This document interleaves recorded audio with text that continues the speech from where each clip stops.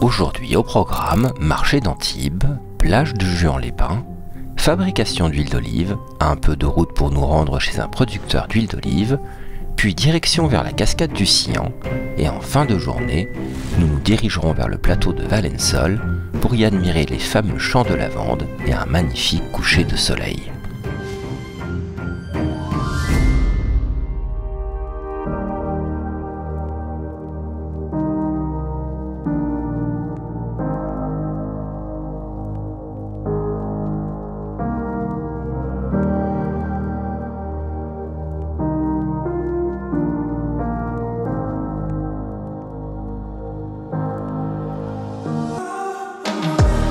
L'entrée du marché nous accueille avec une fabrication de la fameuse soca niçoise, soca à laquelle nous ne résisterons pas. C'est une spécialité niçoise à base de farine de pois chiche et d'huile d'olive, cuite et dorée au four à bois. Ce marché porte en lui toute l'authenticité du sud de la France, avec ses saveurs et ses couleurs, son accent et sa bonne humeur. Les maraîchers proposent des fruits et légumes de saison, gorgés de soleil. Les producteurs des montagnes voisines vendent leur fromage et leur charcuterie.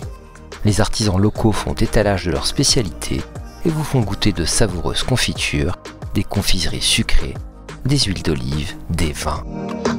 Les fleuristes vous rappellent aussi sur le marché provençal qu'Antibes se situe non loin de Grasse, réputé dans le monde entier pour ses parfums et ses fleurs.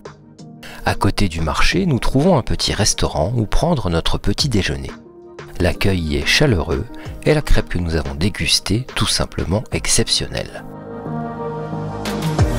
Après ce petit déjeuner bien sympathique, nous décidons de nous relaxer un peu sur la plage de Juan-les-Pins. La plage est une plage de sable fin à proximité de la ville. Très fréquentée en été, mais ce matin, nous avons de la chance, elle n'est pas bondée. Aujourd'hui, la mer est vraiment chaude et nous en profiterons donc pour nous baigner.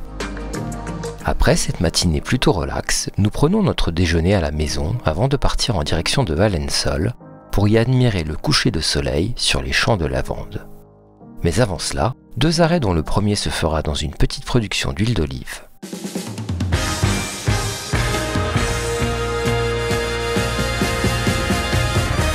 Et en parlant de repas, l'huile d'olive est un des fondements de la cuisine méditerranéenne.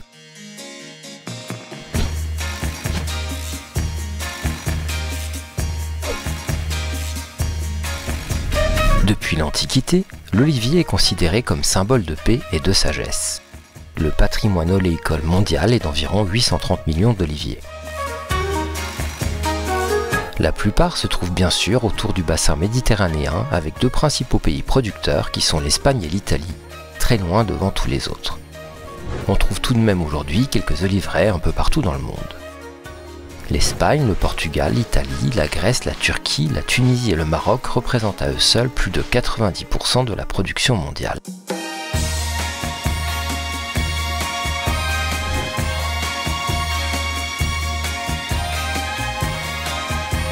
En France, on la cultive notamment en Provence et l'huile produite est de qualité.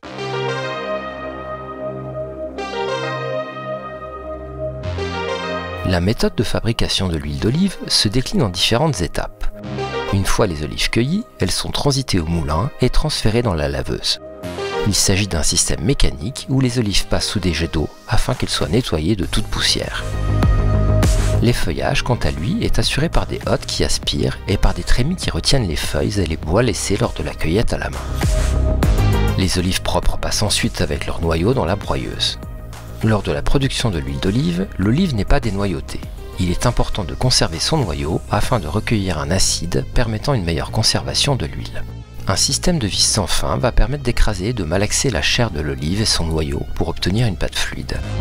Il est important lors de cette étape de malaxage de respecter une température inférieure à 27 degrés. Cette procédure de fabrication est un gage de qualité et la garantie d'une huile extraite par pression à froid.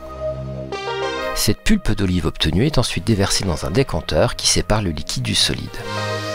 Sera récupéré seulement le liquide, un jus composé de l'huile de l'olive et d'eau de végétation contenue dans la chair de l'olive. Enfin, ce jus est passé dans une centrifugeuse et c'est à cette étape que l'huile est séparée de l'eau et des éléments solides grâce à la force centrifuge. L'or vert est enfin obtenu après ces différentes étapes.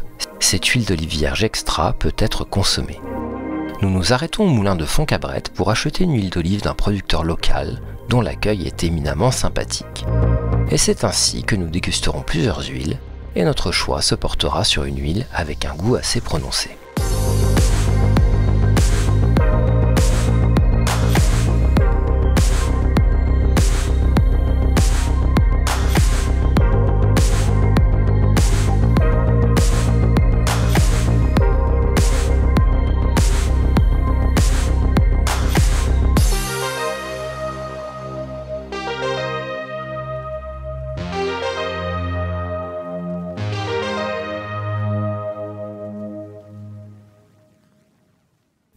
Nous voici arrivés à la cascade du Sillan. Auparavant, la cascade était accessible par un chemin de randonnée et l'on pouvait même se baigner dans le lagon bleu turquoise. Mais depuis 2020, suite à la grande affluence de l'été, les accès à la baignade en aval de la cascade sont devenus problématiques. C'est ainsi qu'aujourd'hui, le seul accès autorisé est un agréable chemin ombragé et aménagé qui nous conduit jusqu'à un belvédère, plateforme qui nous permettra d'observer la cascade depuis le haut.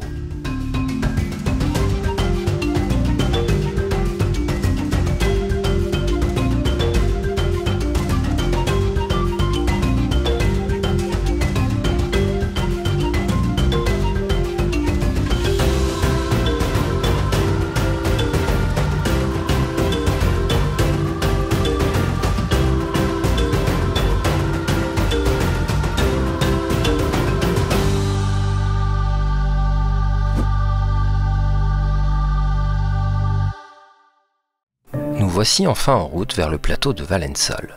Lieu instagrammable par excellence, c'est sans surprise que nous rencontrons de nombreuses personnes, vlogueurs et photographes. Si vous êtes amateur de paysages typiques de la Provence, c'est un endroit à ne pas manquer, au mois de juin et juillet, lorsque la lavande, alors en fleurs, s'illumine d'un beau bleu. Un enchantement pour les yeux et l'odorat.